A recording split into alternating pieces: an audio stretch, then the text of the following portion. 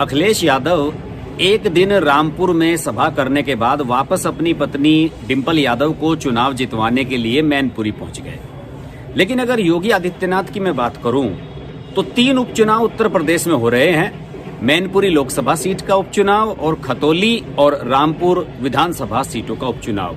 और आज उन्होंने रामपुर में भी सभा को संबोधित किया और इसके बाद वो मैनपुरी में भी पहुंच गए हैं और खतौली में भी उन्होंने 30 तारीख को सभा को संबोधित किया। इसके अलावा योगी आदित्यनाथ स्टार कैंपेनर हैं बीजेपी के लिए गुजरात चुनाव में।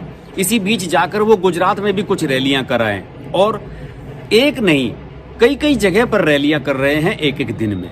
जितनी मेहनत योगी आदित्यनाथ कर रहे हैं वो अद्भुत है। अखिलेश यादव को कुछ ना कुछ तो उनसे सीखना चाहिए। अब उन्होंने खतौली विधानसभा सीट, जहां से राष्ट्रीय लोकदल के प्रत्याशी मैदान में उतारे गए हैं, वहां पर एक दिन पैर रखना भी गवारा नहीं समझा, जबकि वहां पर उनके गठबंधन के सहयोगी राष्ट्रीय लोकदल के प्रत्याशी मैदान में हैं। उन्हें जितवाने का भी तो दायित्व अखिलेश यादव का बनता है। लेकिन वो सिर्फ एक दिन के लिए औपचारिकता करने के लिए कि साहब आजम खां कल ये कहेंगे कि आप रामपुर का जो उपचुनाव है उसे जितवाने के लिए तो हमारे यहाँ आए ही नहीं, तो इसलिए वहां पर चले गए। आजम खां उनकी पार्टी का मुस्लिम फेस हैं, उन्हें वो नाराज भी नहीं करना चाहते। तो अखिलेश यादव एक दिन के लिए रामपुर गए और उसके बाद फिर मैनपुरी में उन्होंने डोर टू डोर शुरू कर दिया। और वाजिब भी बात है। देखिए, अखिलेश यादव की जो पत्नी है डिंपल यादव, वो चुनाव लड़ रही है वहां से मैनपुरी से। और सबसे मेन चीज ये है कि उनके पिता की खाली करी हुई सीट है, उनके पिता के निधन के बाद खाली हुई सीट है, उस पर वो वैसे भी ज्यादा फोकस करना चाहते हैं। लेकिन अखिलेश यादव उस लेवल की मेहनत नहीं कर पा रहे हैं जिस लेवल की मेहनत योगी आदित्यनाथ करते हैं। और इसी वजह से कई बार अखिलेश यादव शायद फ्रस्ट्रेशन का भी शिकार होते हैं और योगी आदित्यनाथ पर और बीजेपी के जो दूसरे नेता हैं उन पर प्रहार करने लगते हैं, उनको वो बिलो द बेल्ट वार करने लगते हैं। कई बार तो उन्होंने विधानसभा के अंदर ही स्वामी केशव प्रसाद मौर्य को उन्होंने कई बार भला बुरा कह दिया। इस बात को लेकर योगी आदित्यनाथ ने इस पर ऐतराज भी जताया और उन्होंने कहा कि आपको ऐसा नहीं बोलना चाहिए, अमर्यादित भाषा का इस्तेमाल नहीं करना चाहिए। लेकिन हकीकत बात यह है कि अखिलेश यादव उस लेवल की राजनीति नहीं कर पा रहे हैं जिस लेवल की राजनीति उत्तर प्रदेश में इस समय योगी आदित्यनाथ कर रहे हैं। उन्होंने सारे सिस्टम को कैप्चर कर लिया है। अब उनके सामने, अखिलेश यादव के सामने हथकंडे क्या बचे हैं?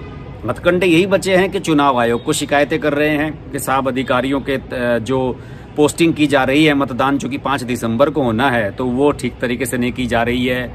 उसमें जातियां देखकर यादव और मुस्लिम कर्मचारियों को चुनावी ड्यूटी से दूर किया जा रहा है। इस तरह की शिकायतें कर रहे हैं। कल अगर चुनाव हार जाएंगे तो फिर ये कहने लगेंगे कि ईवीएम में घपला किया गया। तो कुछ ना कुछ तो बैकग्राउंड उसका तैयार करना ही है। लेकिन हकीकत बात यही है कि आज की तारीख में भी, आज 2 तारीख है और जब मैं आपसे बात कर रहा हूं तो 2 दिसंबर को भी मैनपुरी में डिंपल यादव चुनाव एक तरफा जीतती हुई नजर नहीं आ रही हैं। अभी भी चुनाव फंसा हुआ है। इवन रामपुर में, जहां पर 50% से अधिक मुस्लिम आबादी है और आजम खां लगातार 4 दशकों से राजनीति को डोमिनेट करते आए हैं, वहां भी समाजवादी पार्टी का प्रत्याशी घिरा हुआ नजर आ रहा है। और खतौली सीट तो गठबंधन हारता हुआ नजर पहले से ही नजर आ रहा है, क्योंकि यहाँ पर बीजेपी के ही हाथ में ये सीट थी और बीजेपी ही इस सीट को गेन करने की कोशिश कर रही है। लेकिन योगी आदित्यनाथ दूसरे के पाले से भी, दूसरे के निवाले में से भी अपना हिस्सा चुरा लेना चाहते हैं। वो चाहते हैं कि जिस तरह से उन्होंने आजमगढ़ और रामपुर लोकसभा सीटें निकाली हैं समाजवादी पार्टी के जबड़े से, उसी तरह से मैनपुरी को भी निकाल लेंगे और रामपुर विधानसभा सीट को भी निकाल लेंगे।